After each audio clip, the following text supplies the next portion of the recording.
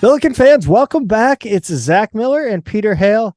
You know it's the Midtown Madness Podcast. Before we get going, if you have not subscribed to us on YouTube, go ahead and subscribe. And really, if at any point during this episode you feel like you got something to respond to us about, go ahead and drop a comment in there. I haven't talked about that lately. I want to get people commenting more on our videos. And if you have commented, trust me, I have seen it and I appreciate it more than you know.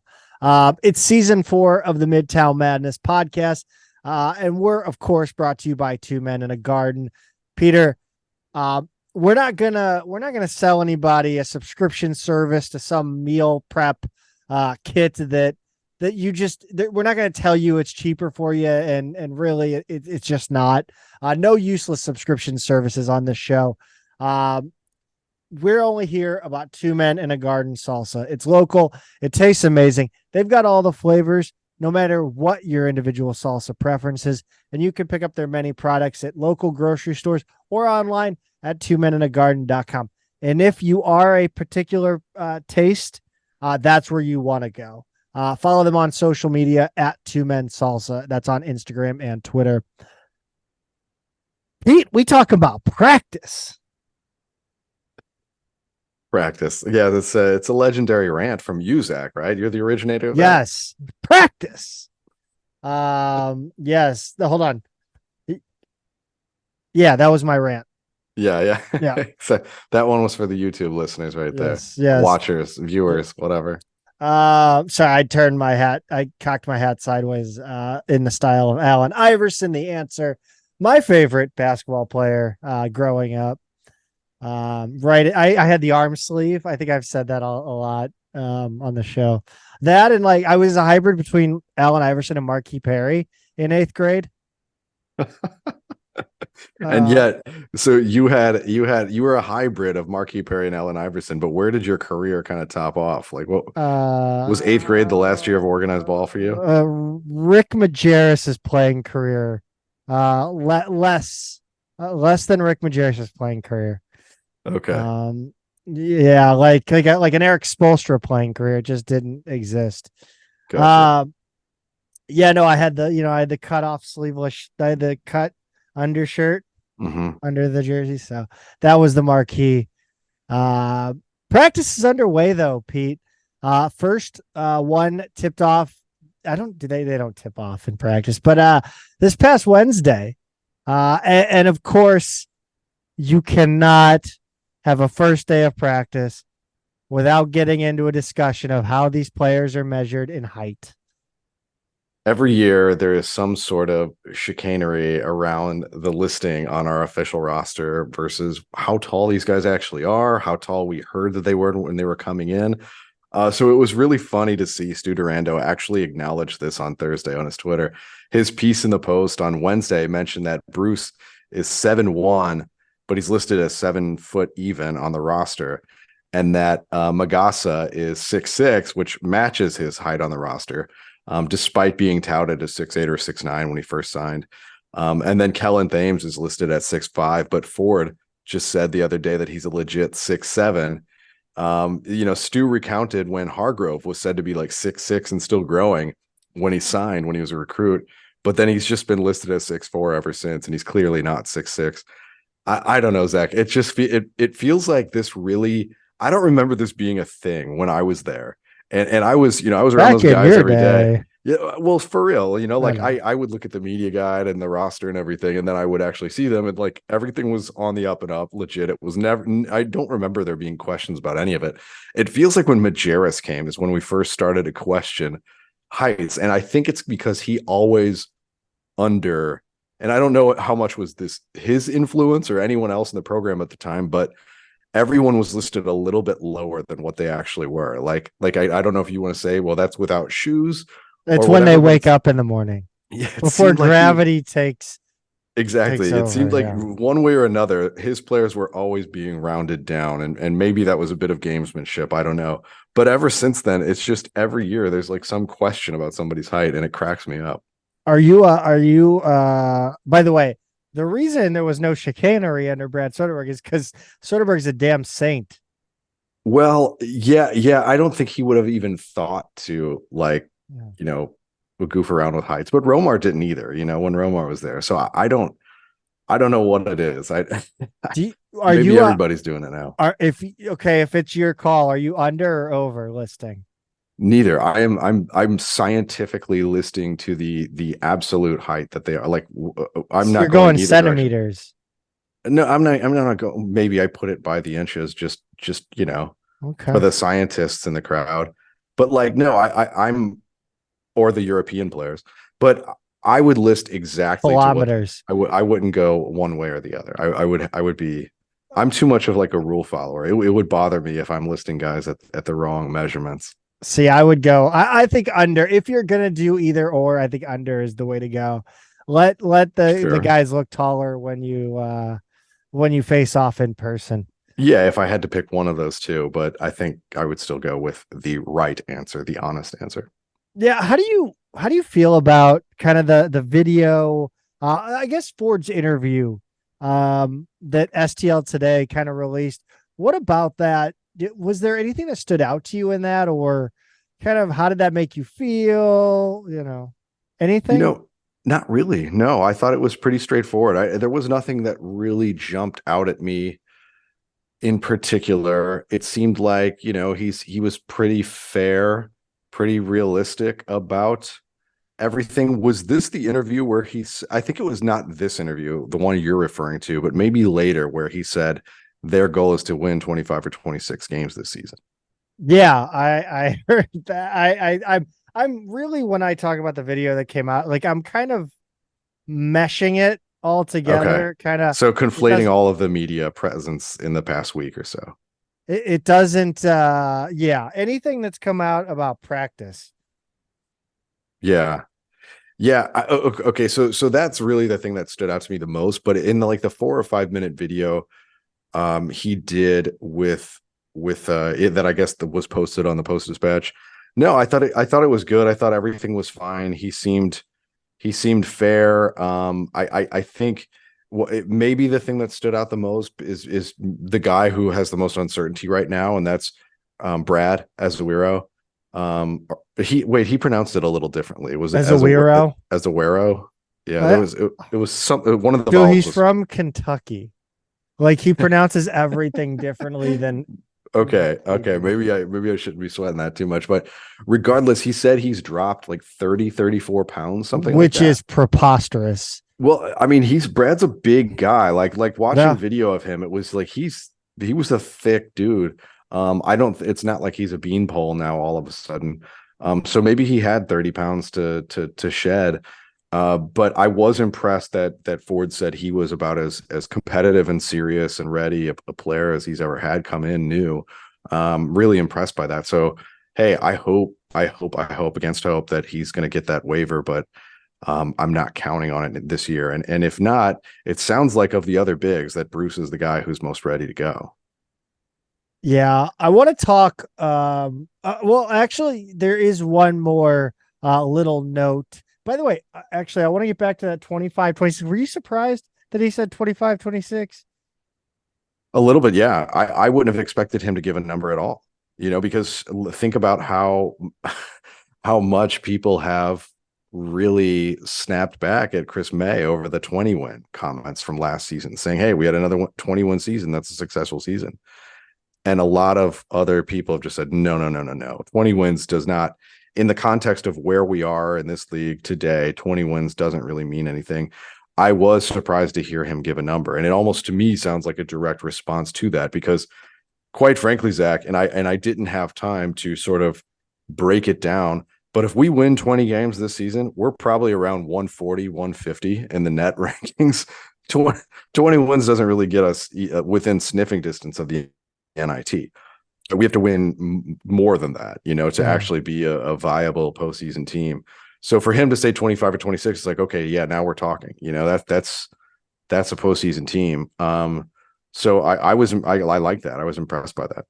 One thing you mentioned, the expectations and the postseason, and one thing that came out, or not came out, but we kind of talked about it on Twitter, and West Pine Bills talked about it a bit too in that thread, was kind of the idea that the NCAA tournament is the goal, and nothing less is acceptable.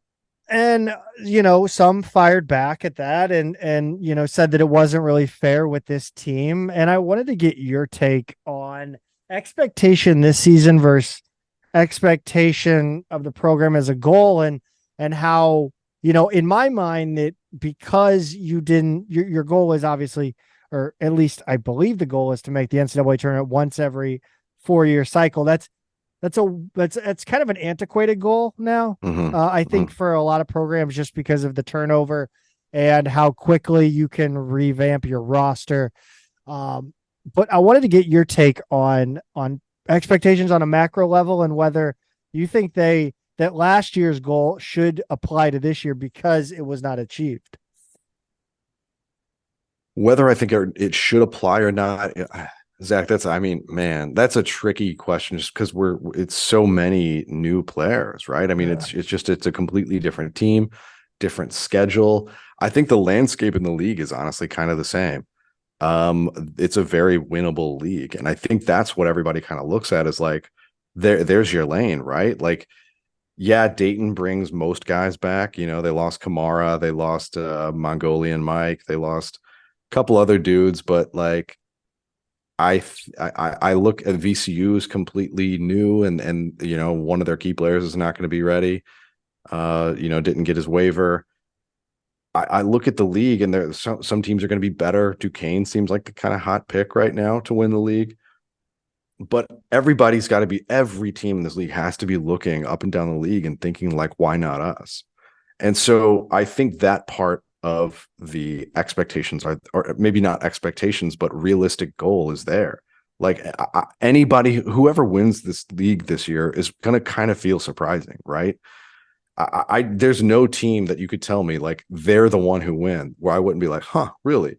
Like, even if Duquesne winds up being the consensus pick, like, because they were the big surprise last year and they look even better this year on paper, it would still be surprising to me. That would still feel a little weird. If Dayton won, if he said, like, anybody who wins this league is going to feel unexpected. So there's the element of why not us? And I think that's kind of what it is, because the roster is totally different. Jimerson, Hargrove, couple of role players beyond that return, and everybody else is new. And we do not know. We really don't know what we have in some of these guys yet. We just gotta see them go. So I don't personally have those expectations. I think I've kind of been saying this privately to you and a couple other people. It's just like, I just want to sit back and watch them ball this season. I'm not burdening myself with Travis Ford has to accomplish this team has to accomplish that. I don't have anything on paper where I'm like, this is what I expect, this is what they've got to get to. I just want to start seeing the season unfold, and then maybe I'll adjust my expectations accordingly. But if his goal is 25 or 26 wins and we can kind of get in that neighborhood, I would be thrilled. I mean, that would be great. Is that achievable? Is that realistic? I have no idea. I really don't. I think it's crazy how many people are leaving Gibson Jimerson off their preseason all conference teams already. I agree. That dude's going to score a lot. I see no reason why he's gonna need someone again to take the weight off him. But yeah, but can't Sincere Parker be that guy? Can't a number of other players on our team kind of step up their game and surprise a little bit? I agree. Jimerson's going to need that, but I maybe we have enough for that. Sure. You talk about. Sorry. Go ahead. Well, and the last point I was going to make is we don't have Yuri there anymore, so I don't really know what Jimerson looks like without Collins as his point guard. The ball spent a lot of time in Collins' hands. Maybe if it starts moving around a little bit earlier in the offense all season long, and we don't have that point guard who's trying to make the play, himself. Maybe Jimerson winds up with more looks a little earlier in the shot clock kind of thing. I still think he's going to score a ton. I know he's going to draw the toughest assignment defensively. I know all that, but I think he's a big X factor in this conference this year, and not enough people are talking about him. You talked about burdening yourself with the expectations, but I'm wondering about whether the fans should burden Travis and the program and the players, and with that expectation that hey, this is year 8. You got to get there. A big thing has changed though, and it's not that the staff, Ford, the players are not doing something right. We do not have the NIL budget that we need in order to compete with the top programs. That is plain and simple. And I don't know if you put that on Ford for not, I don't know, fundraising better, making more friends among the donor class at SLU. I don't know if that's the athletic department's issue. I don't know what it is, but it is very, very clear that the goals that were laid out for the Billiken Victory Fund from its inception have not been achieved, because all of the other schools that they named as peers have beaten us head to head for recruits since then, and most of them more than once. Maybe that's not true of Dayton actually, but we generally have not recruited the same players as they have. It's abundantly clear that we just don't have the bag for NIL. We don't. And so the fans can be as mad at Travis as they want, but maybe we should be thinking about what it takes to compete in this current landscape. And I'm not saying that's like everybody pony up right now. I don't know what the answer is. I'd have to look at how other schools are putting their equivalents of the victory fund together, and what they're getting out of that, and what, you know, assistant coaches at SLU or elsewhere are saying that they need in order to be competitive for top 100, top 75, top 50 players out of high school, and then the top however many transfers in the portal. We're not getting those guys, and we're looking for other ways to compete and find value and maybe build a long-term program, and that's fine.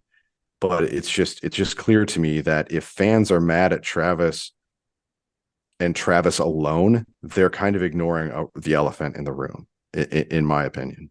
So I tweeted out something from our account, and I wanted to kind of get your take on it. And you kind of did, but like my tweet is almost a preemptive reaction to that. That idea that getting mad at Travis, who should be mad at who, I guess. Basically what I said is Billiken basketball falling flat last season was probably the worst time for Travis Ford to have it happen. Many were restless, losing faith, and unfortunately looked to be proven correct. In that time, NIL has made a major change in the landscape, as you mentioned. Fan booster sentiment is incredibly important regarding leadership at the AD level, at the coaching level. If SLU does go on an NCAA run in last season, who knows where fan sentiment lies, and whether that brings in an influx of NIL money. And instead, the team doesn't make the postseason. The athletic department comes out in the defense of results.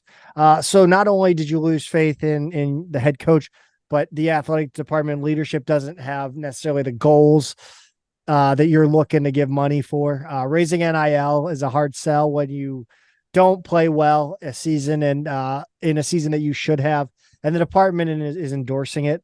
You have to have goals that are worth donating money for. Why would someone donate NIL money if they don't think it's going to be worth it? At the end of the day, the program needs NIL money to compete, like you said, with the Daytons and the VCU at the national level. But just because you're not getting the NIL doesn't mean fans don't want to give NIL. It means you haven't done a good enough job to earn that support. And of course, I don't want to say that as they should have fired Travis Ford last season, because I obviously we all know that there's no way anybody is ponying up money for his buyout. It was astronomical. But all you have to do is kind of say, look, we didn't meet the goals. We didn't come anywhere close. But but right now, we believe the right thing to do is to keep moving forward with Travis and maintain committed to building SLU basketball into an A10 power. You know, I don't think, and I get that you can't say, oh, we didn't make the NCAA tournament. That's horrible. Like, we got to do that every year. But give your fans something more, and maybe at the end of the day, get them to believe in sell them a future, something they can see and be like, okay, that's a goal I think we can attain.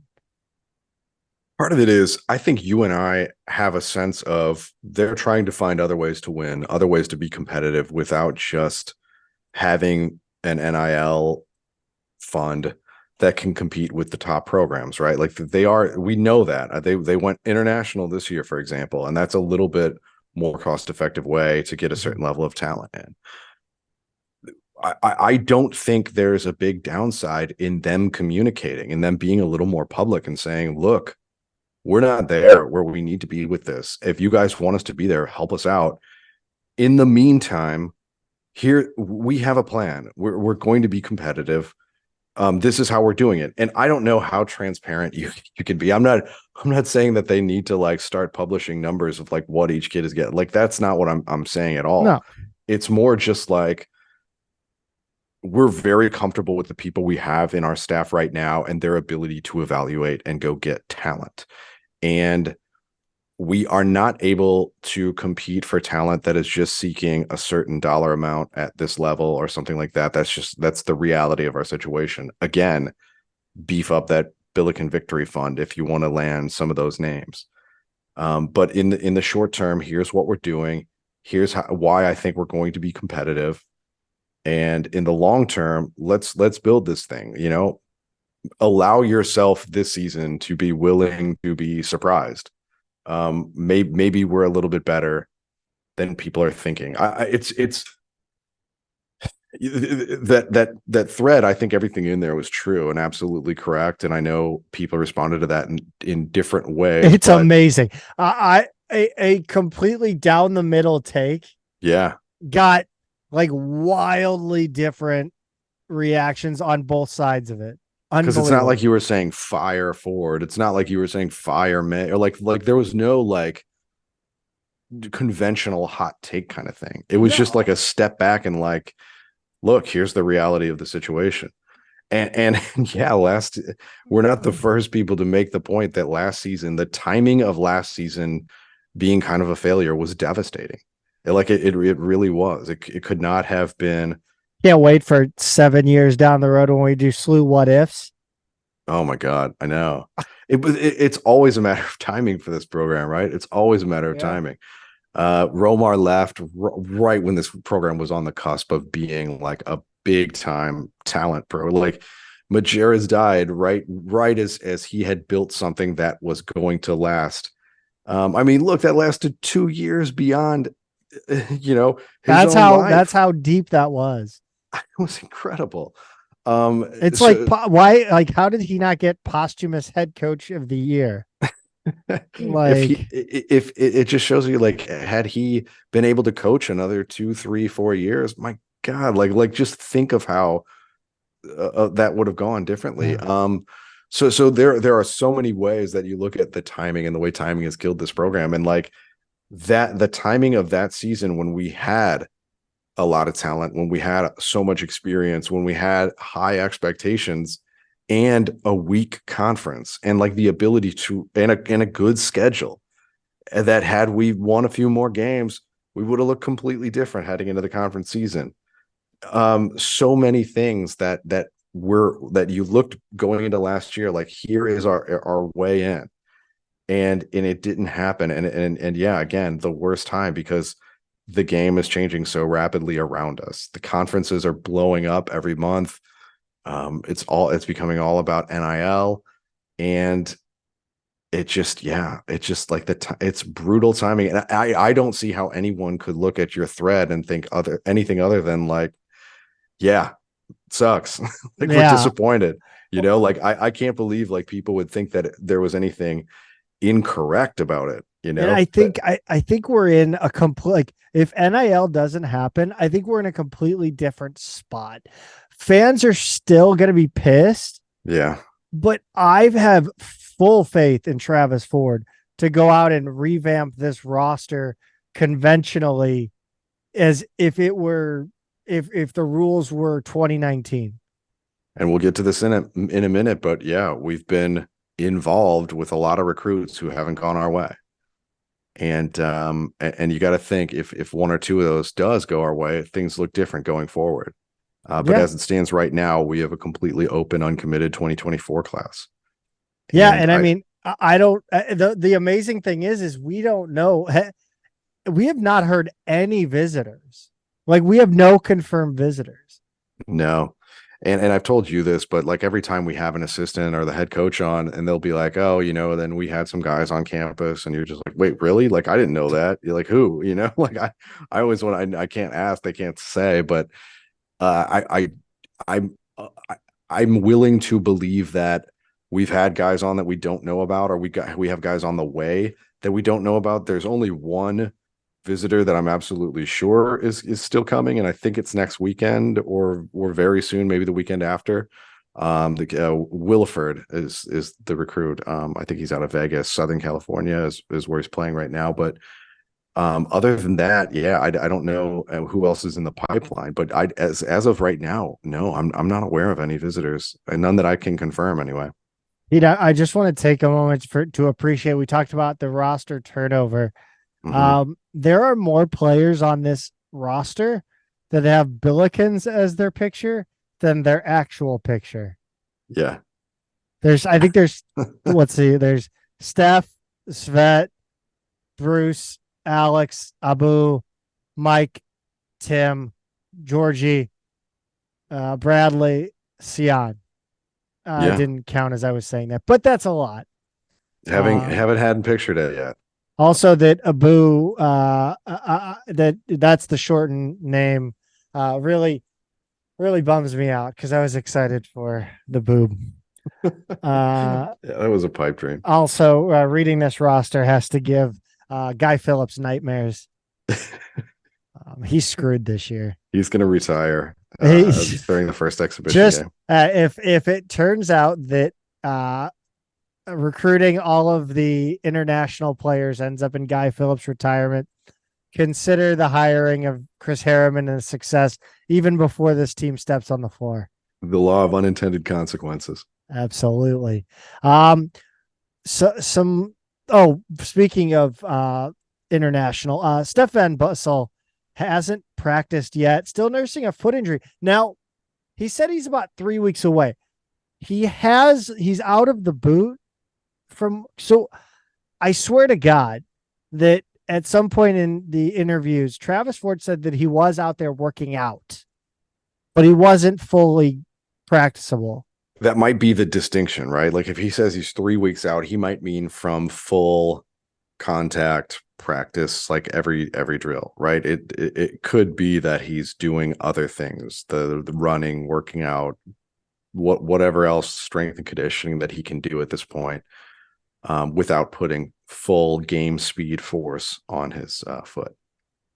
We've kind of been free flowing this segment, but there was the unfortunate news that Trent Noah canceled his SLU visit. At least that was how it was reported by, well, I guess the Torch. And he's committed to South Carolina. Last week, we talked about how, the show comes out on Monday, and he was scheduled to arrive on Thursday, the 28th, for his visit. And we talked about how we were excited for him and felt like, hey, we're in his final 8. Maybe we have a better shot than just 1-8, 12.5%. Like maybe we are in a better position here. We are his last visit, which is always tough to be because there's the chance that somebody really likes what they see or have to hear at another place and they commit early, right? And I was like, well, we only have 3 more days. And Zach, sure enough, it all blew up in those 3 days. The 2 schools he visited before SLU seemed to be the biggest competition, and that was Butler and South Carolina. And it seems like once he got to South Carolina, he must have called SLU and said, look, here's what's on the table. And knowing what we just said about SLU and where we stand on NIL, and then knowing that South Carolina is an SEC football school, which means NIL is just it's like a mountain stuffed with cash. We just can't compete with that. And I don't know what the numbers are necessarily. I just know that that's a tough place to be for us. It just is. Some of the other schools in his top 8, Western Kentucky, Richmond, Dayton, some of these feel like, hey, like we're going to be right there. We can compete with them. And when South Carolina is the one that we really have to beat, that's tough. Maybe And we look, just stay international. for a minute, it seemed like Butler, he really liked Butler. And we've already lost multiple recruits to Butler in the last year or two. And Creighton. And it would have been hard to see another one go that way. So I don't know what's worse, Zach. I think probably it would have been worse to me if we lost yet another guy to Butler, who we were in the same group of finalists as. South Carolina, it's like, hey, I get it. Look, I get it. If they came up with a number and SLU said, well, it's been nice talking to you, then that's life. It's unfortunate. I wish we could have had him on campus. I wish we could have at least, had a real legit shot at the end. But unfortunately, we were that last visit, and he made it to 7 of the 8 visits, and we were the 8th. That's really. The other ones didn't get picked either. So that's I don't care. Like that sucks, dude. Yeah, it's tough. I mean, it's just depressing right now. Yeah. Yeah, it was not good, the day that we hit publish on this last show, and then crystal ball predictions from 24/7 Sports and On3 start going towards South Carolina. It was like, well, great. Well, the early buzz out of that visit sounds very positive. So if South Carolina wanted him bad enough, then they get him. It honestly, if we could move the news drop date to just Tuesday, that would be nice, because I'm just tired of bad news on Mondays. Yeah, no kidding. Yeah, dude, I don't know. And again, this NIL thing, I think it can go many ways. I think a lot of people, you can absolutely blame. I think fans, look, I think the donors need to understand that if you're gonna, and probably it had a lot to do with the alleged the lack of an NIL bag, obviously, had a lot to do with the reported unrest among donors. Sure. So I mean, you can see that, but it seems so easy to tank a coach now. Yeah, that's true. I just think the cycle is shortening on everything. And that's interesting. It's interesting to me that coaches are still getting 5 and 6 year contracts, right? Because that's a long tail if a guy isn't doing what you want him to do by year 2 now. Yeah. Coaches that there are coaches that only lasted 2 years pre-NIL, pre-immediate transfers. And now the cycle is so short. If you come in and don't perform right away, you get 1 year, but not after that. And then these schools are just willing to eat 3 years of a deal. It's shortening the cycle on everybody in the game. I think it's also fair to ask about coaches that were hired pre-NIL if they're the same guy or same woman for the job post-NIL. I think it's fair to sit there and review, Travis Ford's tenure, Anthony Grant's tenure, anybody who was hired pre-2020, whether or not they are suitable. It's interesting, we've always said the most successful coaches in the history of the game are the ones who adapt, because the inevitable thing about this game and every other one is that it evolves over time. What you need to prioritize and recruit, what works, what style of play works, there are so many different things that evolve over time. And there are a certain tier of guys that have managed to stay in the game forever because they evolved. As much as I'm not like a Coach K guy, it's undeniable that he evolved with the game rather than being like a Bob Knight who goes from, unimpeachable coaching legend to embarrassing dinosaur in a few years because he just refuses to evolve with the game around him. I'm not saying that that's what Ford and Grant and others are. It's really different in this one because the evolution is not them recognizing, hey, the way players are these days has changed, or the way the game is being played has changed. It's more spread out. We need to focus more on shooting in all positions or whatever it is. But now it's just how do I get the NIL bag? How do I have the biggest one to be competitive? It's very easy to evolve when you have a huge treasury behind you. And not every coach does. And that it and like you actually just hinted at this, is like it's so easy to get to, well, how did you word it? Torpedo. You said, yeah, to torpedo a coach. Take away his bag. That's exactly right. And then it's like, well, then, and then no, that's not a euphemism. You're basically guaranteeing that he won't succeed now. So it does give different people more power. Head coaches, their role has really evolved rapidly.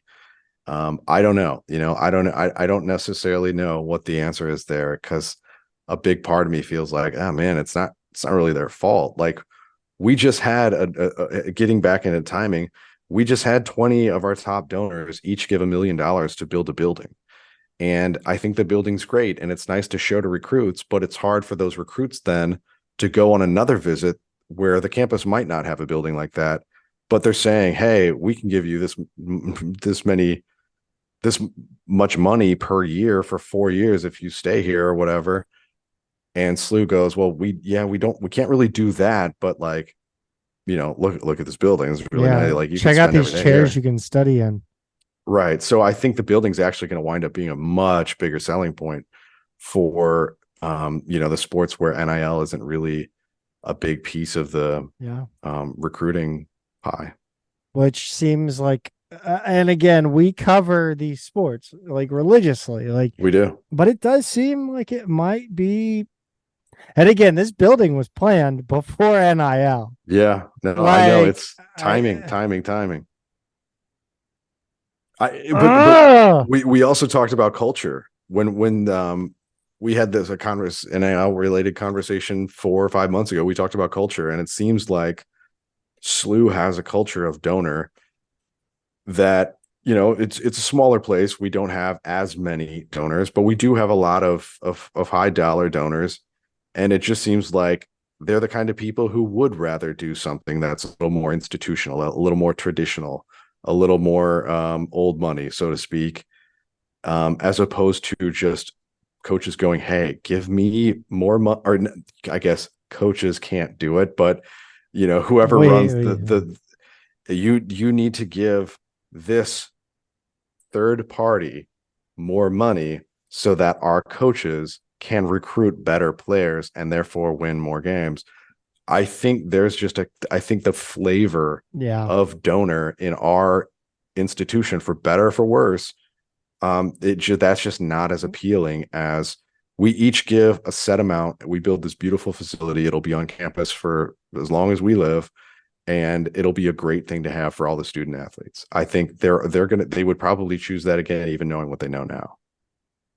That's my and that's why we need to be marketing, man. We need to get out and expand the base here. Like I feel like this program just relies on that old money.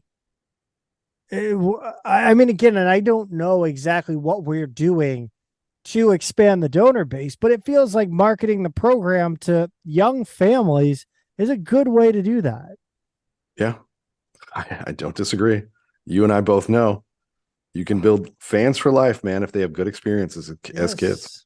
Yes. Thank you. Spoon Hour, Grower, Soderberg, Shimmy, and Romar. Cordis. Yeah. Man.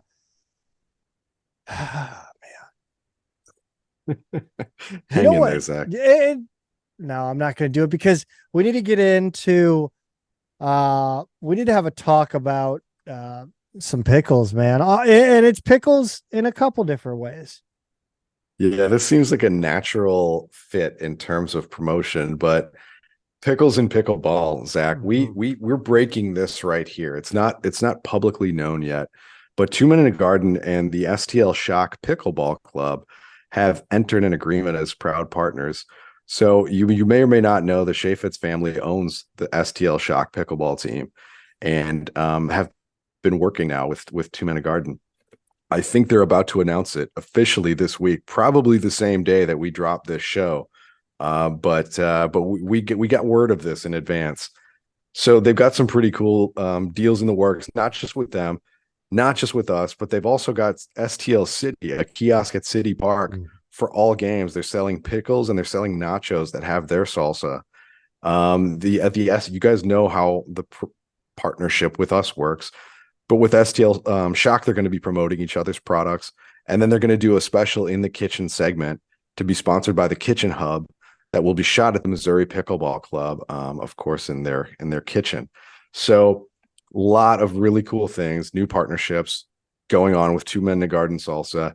I know you associate them exclusively with our show, but as they grow, they're really growing throughout the St. Louis sports community, and they have a lot.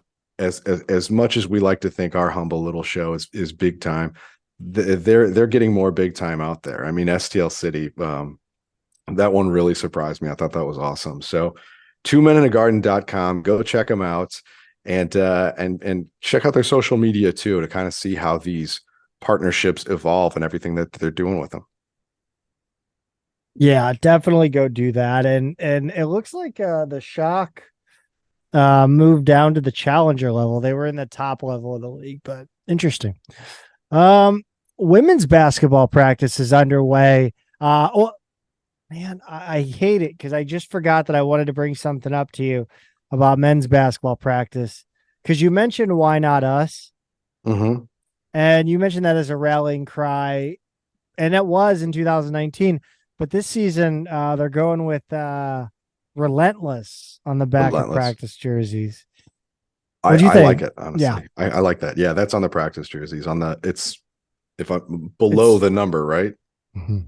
Yeah, on the back. I like Relentless. I do too. It's a quality that I like. Even in my own coaching my little under-8 soccer team. We're 5-1 now, by the way. I like that quality in those guys, the ones who have that little fire, that little edge. It's a quality that I really value. So I like it as a phrase. There's nothing cheesy or gimmicky about it. It's just an attitude thing. And yeah, I think it's cool. Women's basketball practice is underway as of Sunday the 1st.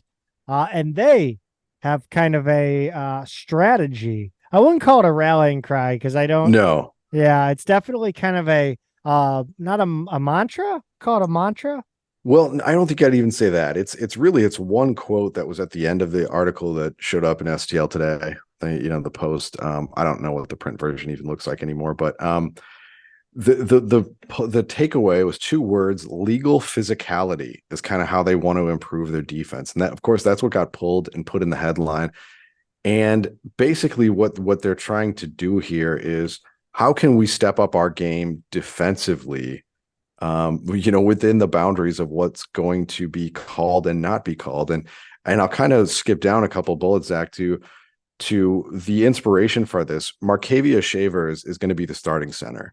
The rest of the starters are going to be the same. SLU actually returned 7 of its top 8 scorers, just to remind people of that. Brooke Flowers is the only person they lost, who was a solid rotation player.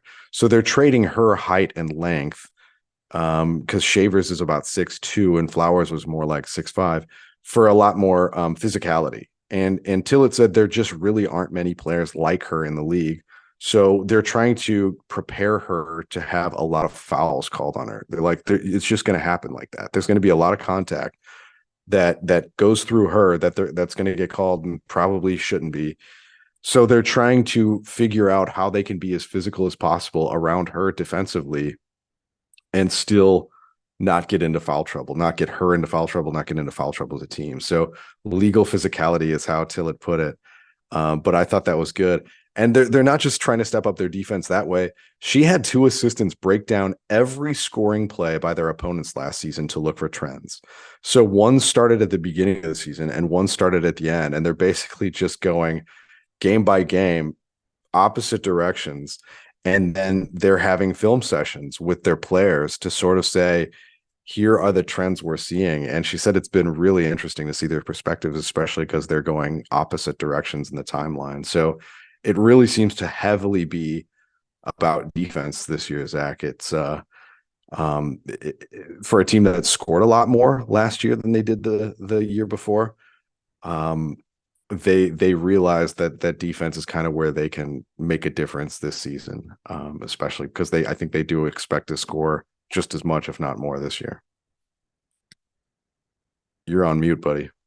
Yep. Well, I was Googling Markavia Shavers because I didn't think I had seen a picture of her, and my God, she's strong. She is strong. She is. The picture of her with the all region team is her biceps and like shoulders are impressive.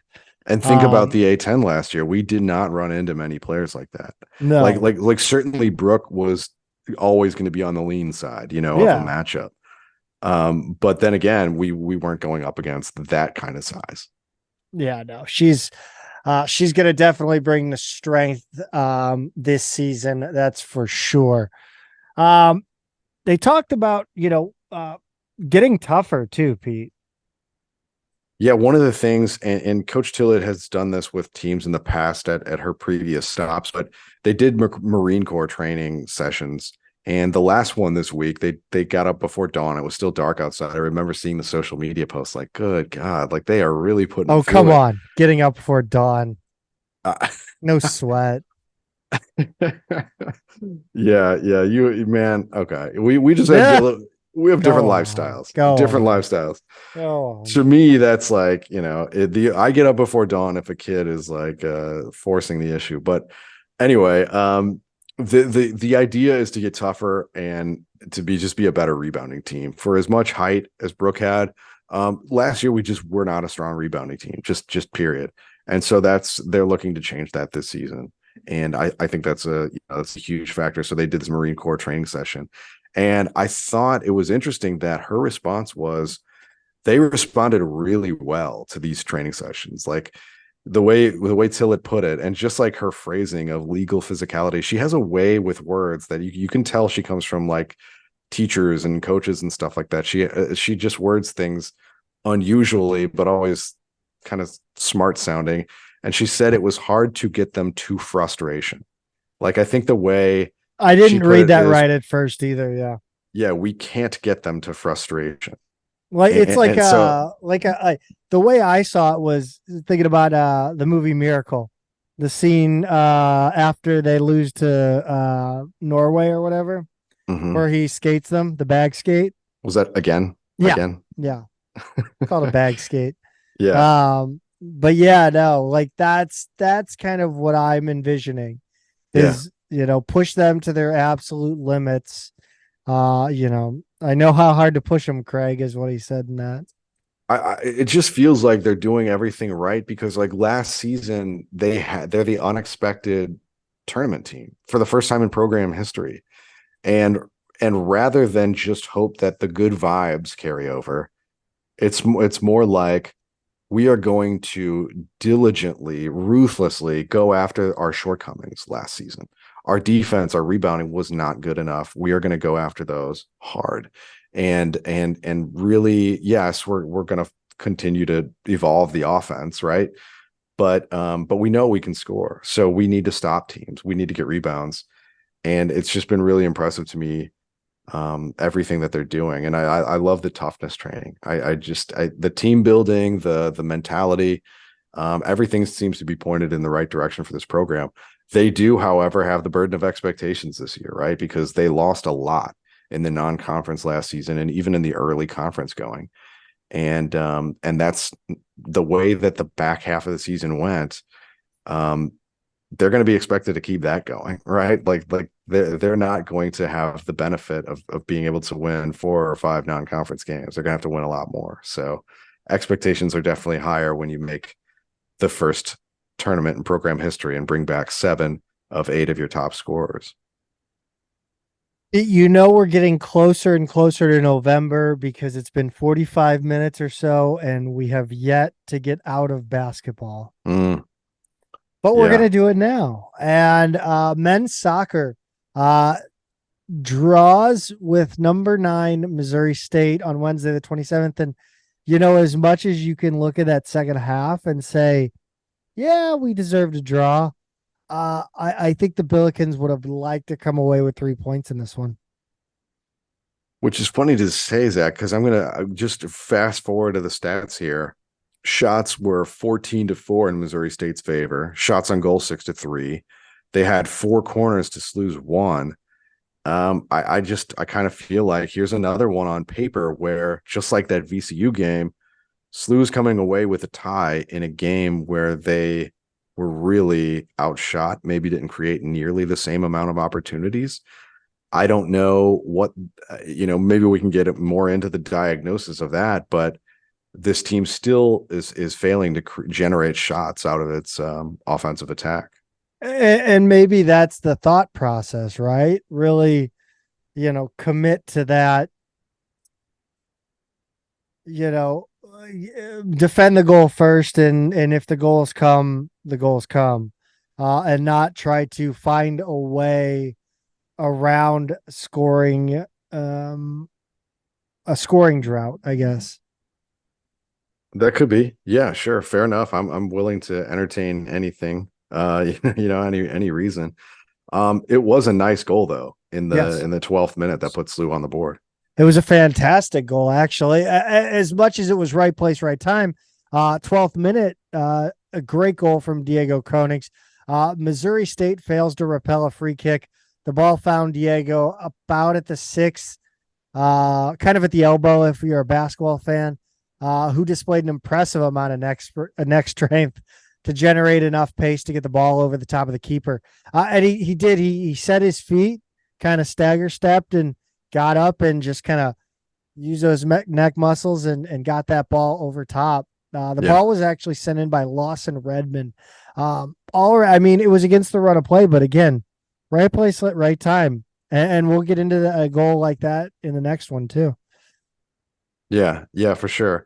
Missouri State tied it in the 36th minute. They played a long ball from outside the box. The first attempt was a header that just went just right of the wide of the right post. Do you think Mason Hart thought it was going out, or SLU defense? Because they kind of, for a second, they almost froze. I don't know if they just kind of misplayed it, or they thought it was going out, or that it had gone out. Because Missouri State player winds up with it, kept it in, sent it to the middle of the goal mouth, which was wide open by this time. White shirts kind of all around, but not right there, and put it away. It was an odd goal, but it was hard to say it was undeserved. I think SLU may have been caught standing still a little bit on that one. Yeah, I think a lot of times, first of all, I think the looking for a whistle in soccer is a scourge on the game. Yeah. And I think we've seen that a couple times here with the Billikens, but also, so I think for sure, but I also think that Missouri State could have been 2-1 up in this game. Obviously there was the foul that was called against Missouri State on Mason Hart, when I'm here to tell you Mason Hart fouled him in the box. So the Billikens were fortunate to get away with that one there. The shots were 14-4. Missouri State, as you mentioned, shots on goal 6-3. Corners were 4-1 Bears. Fouls, Billikens fouled 17 times to Missouri State's 11. It could have been 18-10. I swear to God. SLU had 3 of the game's 5 yellow cards. Konings, Iverson, and Commodi on those. Yeah, but they turned it around, Zach. Well, I guess not turned it around, but got back in the win column with a 2-0 win over Rhode Island on Saturday the 30th, which both of those goals coming from kind of unexpected sources. Yeah, 31st minute, Mad Sister Peterson. And by the way, Dan Betlock, if you're listening, just call him MSP, please. Yeah. You did he not? Was he not the one who came up with MST? Was it him or Surrey or no, it wasn't Surrey. It might, okay. Well, whoever was doing women's basketball before Surrey came up with it. Yeah, we had MST. We can have MSP. Yeah, MSP finishes a header. It was an easy header off of Max Floriani. It was Jesus. This is Did I write this? This is not my yes. best work. Sorry. Yeah, It's a no. header off a header. Yes. Okay. MSP finishes via head ball off a Max Floriani header that came from a Galen Flynn corner. Floriani has gotten really good at taking the initial header off set pieces. Really just kind of like they whip the ball in. Floriani gets on that first one and then get weird in the box is really kind of the plan there. Made it dangerous, pushing it over to the far side. It was MSP's first goal of the season. Yeah, which kind of surprised me. I thought he would play more of an attacking mid role, and he's become more of a defensive mid. Just based on like what he looked like earlier, in his freshman year. That's kind of what I saw. I was like, okay, he's got a little bit of size. Can really push the ball forward. He seemed to me to be more of an offensive threat, but they've slid him into more of a defensive role. Nonetheless, he looked good on this one. And then in the 87th minute, SLU put this one away. Tanner Anderson cleaned up Cole Doherty's rebound to give SLU a 2-0 lead and ice this one. Anderson wound up with the ball after a bad Rhode Island giveaway. Oh, it was bad. Yeah, passed it over to a wide open Doherty whose shot was stopped, but he was in the right place to put it back. Zach, do you think he may have been offside in this play? It's always a tough call. I don't necessarily like I don't like the offside call on shots, like rebounds. I don't like it. I think reward going to the net. And I think it's such a difficult call to make that like, why even put it out now? Obviously that's I think rebounds, right? So I don't think you should be able to deflect offsides, but I definitely think if the ball is saved and you're right there, like you should. So off the goalie, not off the defender. Yeah. Right. So, and I thought he might've been, so maybe the Billikens get fortunate there. I'm not sure, but definitely one I'd love to see a better replay on. Yeah. It was his first goal as a Billiken. So, I mean, the first goal of the season for MSP, first goal of the game for Tanner Anderson. Maybe we're starting to come out of that funk. Those are good signs to have two new names on the scoring sheet. And I also remembered that Rhode Island was the game where we basically lost on a buzzer beater last year. Yeah. If you remember that and one. there was no video of that game, I remember. Right. I think wasn't it raining or something and they couldn't get the if I recall correctly. But they never got weird. The feed up. And we never got to see like any of it. And it was that was a tough one.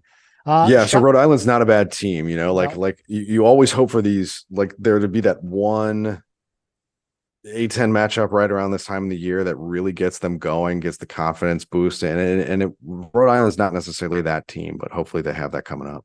Yeah. Rhode Island's always, I mean, they have put teams in the NCAA tournament on occasion. I believe the year that SLU hosted it and didn't even make it, was a Rhode Island winner, either that or Xavier. I can't remember. But anyway, 14-11 shots for URI. Shots on goal 5-4 Billikens. Corners were 6-4 URI. Fouls were 15-9 URI. Each team had one yellow card. And an odd moment in this one, Peter, as the referee went over to the student section and decided to reprimand the drum line over there, told them they couldn't play. Yeah, and I don't think were you at the game? Nope. For this one? Okay, because did Betlak miss that? He was saying like, I haven't heard the drum line in a while. What's going on with the drum line? No, he saw them go over there and tell them something. Like he talked about it because it was painfully obvious. The ref literally went into the stands. Yeah. Which was bizarre. But apparently the ref did not understand that they could play during the run of play, which he would have stroked out if he had been at VCU today for the women's game. Yeah, they had that thing going the whole time. But yeah, we had I believe the swim team was out there. I think it's always a like a quote unquote, I don't want to call it hazing because that's such a bad connotation, but a kind of a induction Sure. Rite Yeah, of passage. rite of passage for for them to show up in their Speedos with their chest painted and cheer Yeah. on another team. I know they've done it for volleyball in the past or women's soccer as well. So it's all I think every team should have to do that. Yeah. Yeah. Like I think every team should have a one game where that's what the freshmen do, right? They go out Sure. and they get weird at another team's game. Run us down the standings here, Pete, for Atlantic 10 men's soccer. Yeah, so Duquesne, SLU, and VCU are all in first right now with a 2-0-1 record. And then you've got Davidson, Fordham, and Dayton all at 2-1. I think it's a pretty solid top half of the league this year, to be honest. LaSalle, a little bit better than normal. They're 1-0-2. And then you've got Loyola. 1-0-2 better than normal. That's funny. Undefeated. Yeah. Loyola, St. Joe's are both 1-1-1. Bonaventure and UMass, both 1 win and 2 losses. And then you get to the winless teams. Rhode Island has 2 losses and a tie. And then George Washington and George Mason, neither of them have won or tied. And, but their overall records, Mason's a 1-win team. George Washington and Rhode Island. Rhode Island only has 2 wins, but 3 ties right now. So, yeah, anyway, I think the league top to bottom is probably a little stronger than it was last year. Is a little more parity is just kind of the vibe I'm getting. I could be wrong in the end, but that's the way it looks right now anyway. Yeah, I feel like Bonaventure isn't ever really that good. It feels like UMass and St. Joe's always put together decent teams. But yeah, George Mason apparently has no interest in doing anything in soccer right now. We always pick on Mason, but I ever since you've kind of harped on this, I think you're right. Like, this has not been a strong addition to the league. No, like they're just not. They got softball this year and baseball, I think. Okay. I think they got base. Did they get both baseball and softball, or was that VCU? I don't remember. I think they got one of them, but wasn't that softball. Like one of the first ones they've ever gotten since they've been in the conference? And so many of their sports, they just stink. Their first championship was a baseball championship in 2014, and it happened at SLU. And this year was VCU in baseball. Okay. Women's or softball was George Mason. Yeah. Yeah, but overall, I mean, they just not impressive. Not impressive. We'll see what they can do now that they have skin in the game. Yeah. In basketball. Yeah. Sorry. That was my best. That was my best rim shot that I had. Yeah, and it took me a second to realize what you were doing there, but my gosh, yeah. I'm slow tonight, Zach, but all right, well done. Fine. Tony Skin is their head coach. Yes. Next up for the Billikens, George Washington at George Washington on Wednesday the 4th, Saturday the 7th at LaSalle. I really like the other side of George Washington Soccer Stadium. Like, it's like it's very much like SIUE. Oh yeah. It's closer. But they have a berm like right on the other side with they have like Adirondack chairs out there, which to me is the greatest way to watch a soccer game or anything for that matter. Yeah. Now that you mention it, I remember watching an away game there a couple seasons ago, and that does look like a very pleasant place to watch a game. Yeah, I might have to give that a go. On the women's soccer side of things, RPI ranking or all the rankings, Pete, let's hear them. Yeah, so the RPI is actually up to 21. It was 29th last week. In the coaches poll, they are not ranked again. They were 26th last week, and they're 28th last week if you're counting down in the also receiving both section. So not sure what happened there. Top Drawer Soccer has them down to 24 from 14 the week before. And then College Soccer News held at 23, so no change there. Yeah, I think it was that Dayton tie. Yeah. Not so great. Yeah, but Dayton's a good team. Yeah. Who's not a good team, Peter? That would be George Mason. Yes. No, they are not. 3-0 win at George Mason, Thursday the 28th. 5th minute, Hannah Larson, assisted from Emily Gaby. Only her second goal of the season. Still working her way back. Yeah, I mean she's been great on those corners. But yeah, just hasn't gotten in the scoring column a lot. 49th minute, Hannah Sawyer gets the second goal for the Billikens. The 58th minute, Anna Lawler got her first goal of the season on a header with an assist from who else off a free kick but Katie Howe. Yeah, Katie Houck's free kicks are just out of this world, What man. do you think about those free kicks? I've got a hot take on them.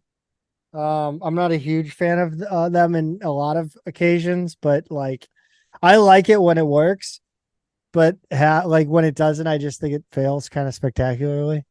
Hmm. Why? So be expound on that a little bit. I would rather her aim for the mixer than for going to goal. I know, like, again, like the whole plan is to, like I've said a million times on this podcast, the game was clearly made for like dudes in like Victorian England, right? Like it's taking advantage of the equipment not being made for women. So I mean, I get what the goal is, and kind of putting the keeper in an odd position to tip it over the bar from, on a shot from 40 yards out.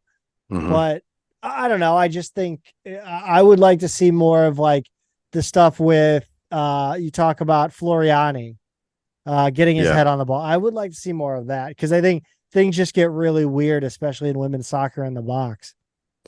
I think that's what they're trying to take advantage of, though. Although Sure, it does mean just in a like, and different way. this was true last year. There are a lot of games, and we have it right here. 18-3, SLU outshot George Mason. It seems like SLU has played like this for years now, where they create a ton of opportunities.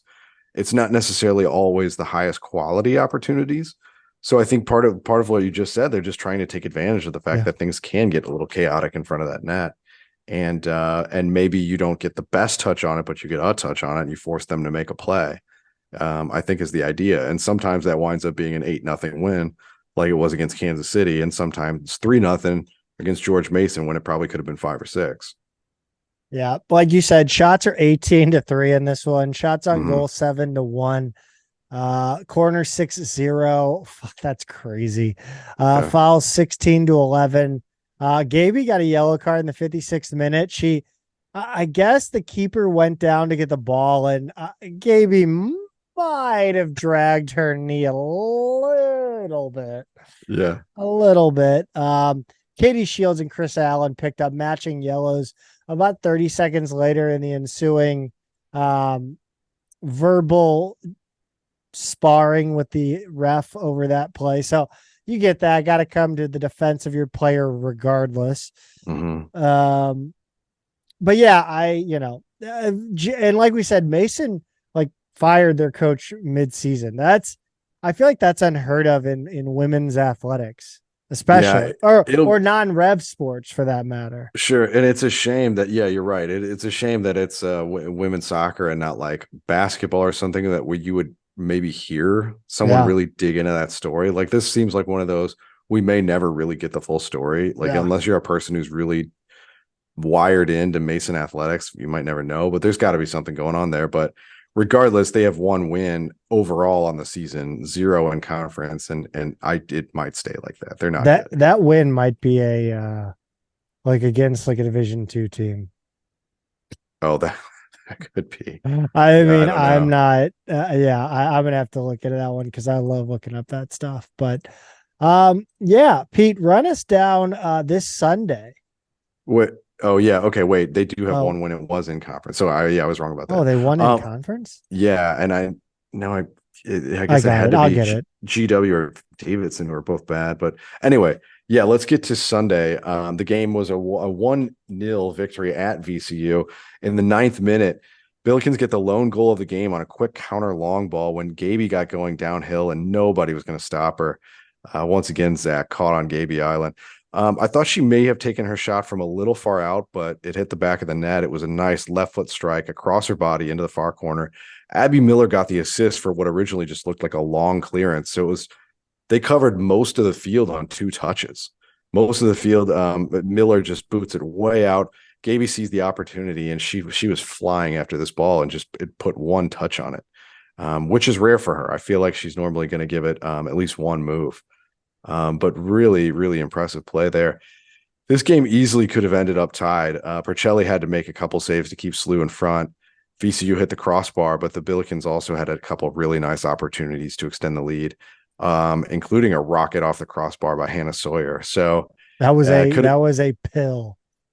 Yeah, definitely one of those games where 1-0 could have very easily been 1-1 or 2-2 or 2-1 in either direction. So it winds up being a good result nonetheless. But Zach, it sounds like you've got a few thoughts about how this team's playing defensively lately. Yeah, I mean, they're doing well to like repel teams, but it's when the teams are dangerous in the area, the second and third opportunities. It just feels like the Billikens are giving teams a little too much time, a little too many opportunities. I feel like they're a little casual clearing the ball. They try to kind of play out of it instead of maybe just away. Or sometimes I feel like there's a little too much space between those midfielders and defenders that the attackers can get into and really get going downhill. And then you've got, 5, 6, 7 yards to kind of get motoring, heading down the back line. But yeah, I mean, so far it's not been bad.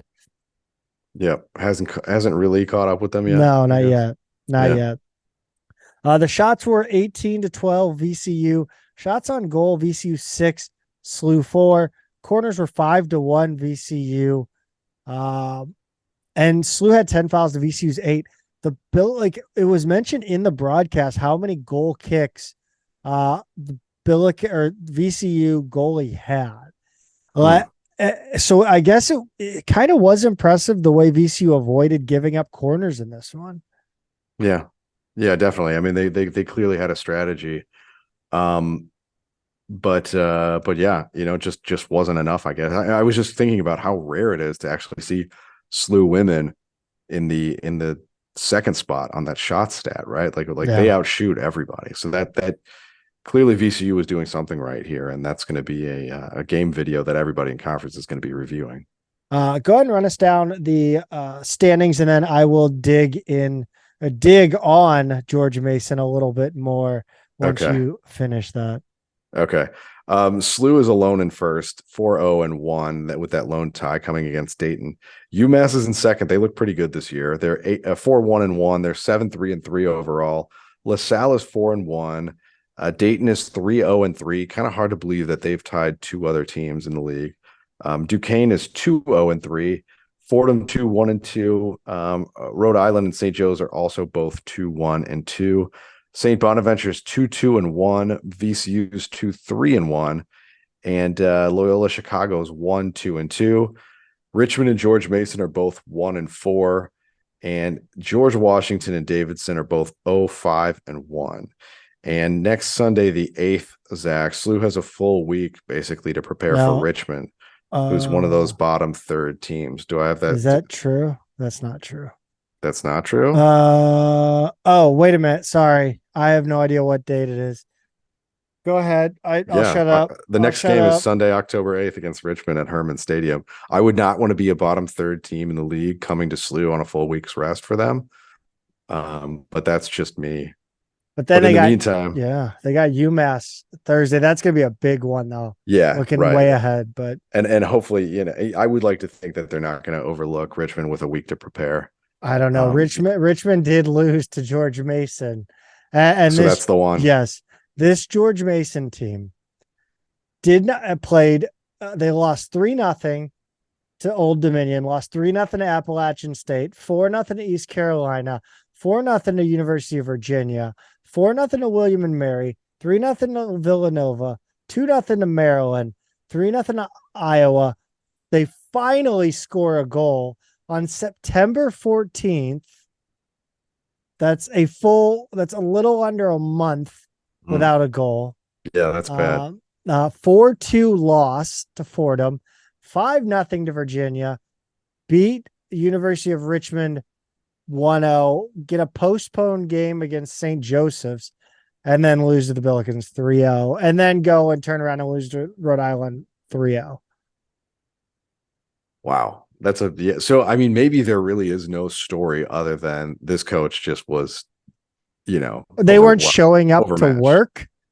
I mean, Like losing every game 3 or 4-0. Like you really might as for well a just solid month. forfeit. Yeah, like what are you doing? You'd have less goals against if you forfeited. Like when they lost, when you said 2-0 to Maryland, I thought, that's a pretty good result, actually. But yeah, to not score a goal in that whole stretch. Wow. Unreal. Yeah, it makes me think like 3-0 should have been worse. Yeah, I don't know if they were actually like showing up for work. That's how bad they are. Right. Volleyball, 2-0 at George Mason this weekend. And of course, Mason is not, not a power in the Atlantic 10 or anywhere, but you go on the road. You start off slow, but end up getting a 3-2 win in their first match against George Mason, 18-25 loss. And Pete, I got to tell you, watching that first set and watching them drop it 25-18, I got really nervous. I did not like where this match was heading. However, it turned around. The Billikens get the second set 25-19. They drop the third set 22-25, win the fourth set 25-19, and then dominate in the fifth set 15-8. Delaney Rice is the story once again this weekend after a big weekend in the losses against VCU. She comes back, gets a career high 26 kills in this match. And I mean, not only is she hitting well in system, so that's when everything goes to plan on the receiving end of a serve, but she's also making really nice, tough plays, really hitting spots with attacks that are very difficult, like some from a standing still. I think she cut one over the net on an angle that went down. Just really nice. She's sneaky athletic. She's tall. She can get over the block. She's just very, very good in this weekend's matches. Demetrius Charlie, 6 blocks and a return after injury. Kate Opperly, 35 assists. Carly Rogers, 23 digs. The passing after that first match, or after that first set, really got a lot better. Pete, talk about their second win of the weekend. This one was a lot more decisive. It was a sweep, 3-0 at George Mason, 25-18, 25-22, 25-21. Jillian Mattingly had 10 kills. 6 different Billikens got kills in this match. Opperly had 30 assists. She passed the 2,000 mark for her career this weekend, which is really impressive. And then Rogers had 22 digs. This one was all SLU from the start, though, Zach. A lot different vibe than that first one. Yeah, it really was. I mean, just it started off, I think 5-0 Billikens, and it just went from there. One thing that really bothers me though is just the service errors to start sets. I've seen it a lot. I feel like, obviously they are a very aggressive serving team. But yeah, I mentioned Delaney Rice, really, really shown up, in a positive way these last 2 weeks. Charlie was, I still don't know how to say this. It's so difficult for me to do it. Demetra was injured early in the season, but it looks like she's got the start in the last 2 matches over Trinity Luckett. Luckett's young. Demetra, I think you just needed a little more, sound middle blocker. Sure. And they are blocking a lot more. One of the big things in that VCU match was just a lack of blocking. Like go back and look at that. They did not block anything. That changed against George Mason. Emily Hankin still, I don't know anything yet. Haven't heard anything. I shall inquire, I guess. The standings are interesting. Loyola Chicago is 2-2 right now. And their overall record's not good either. No, but they did play a tough schedule. But you know who also played a tough schedule? That's Dayton. Dayton's at the top with VCU at 4-0. Davidson's 2-2, along with the Billikens and George Mason. George Washington's 2-2 as well. And so is Loyola Chicago. So a lot of 2-2 there. Crowded in the middle. 2-2. It's like, Fordham 1-3, Duquesne 1-3, Rhode Island 0-4. By the way, epic set between Rhode Island and George Washington. I had a TV that was open and just happened to flip on that game. It went to like 35. I think it was 37-35 was the third set. I love when that happens. Yeah, Washington swept Rhode Island. Did you ever watch when it was not rally scoring? Yeah, I remember that. Yeah, I what do you think? What are you a fan? What do you prefer? I think I like the rally scoring. Yeah. I don't know. It feels like it helps the pace, and I don't know if it's just a mental thing or not. It's an American thing. Sure. Yeah, we need high scoring, Maybe that's it. Another tough weekend. Oh, sorry. Next up for the Billikens, they will play Tuesday versus Loyola, then Friday and Saturday against Duquesne. Interesting how that little quirk of the schedule. I guess they play another weeknight game at Loyola. So I guess they split. I don't know. That's right. Yeah, it's a Tuesday night up there on October 24th. So they split that one up, which is kind of interesting. A little bit of a quirk because everything else basically is a 2-match series. Field hockey, tough weekend, Pete. It was, and for a couple of reasons. One that we're used to, one that we're not used to. So we'll get to the odd one first. It was an 8-0 loss at number 13, St. Joe's. So I want to be very clear about that. St. Joe's is a very good field hockey team. On Friday the 29th, St. Joe scored 3 in the first, 3 in the second, and just overwhelmed SLU from the jump. This is where the story is, though, Zach. Shots 27-0.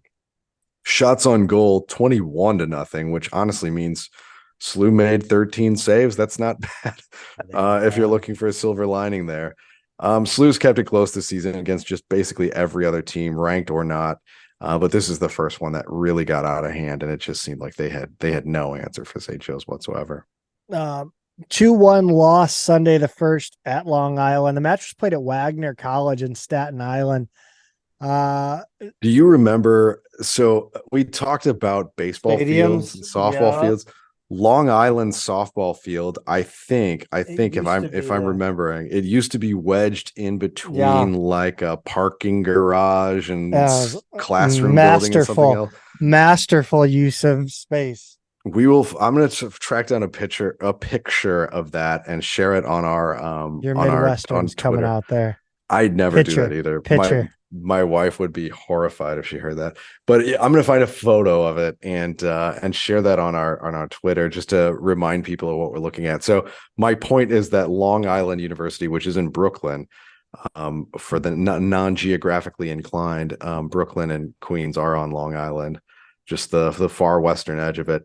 I don't think they have a lot of real estate there, is my point. So I guess playing at Wagner is just what they have to do. That's a pretty good haul from Brooklyn, by the way. But anyway, back to the match. Sierra Larson scored her second goal of the season in the first quarter. That's all SLU could muster, with LIU tying it in the second and getting the game winner in the fourth. Josefina Perez got the assist. Larson's goal was off a rebound from Perez's initial shot. Demi Sahaleka had a penalty stroke. Stopped early in the fourth quarter. Those are kind of the self-inflicted wounds I feel like this team has.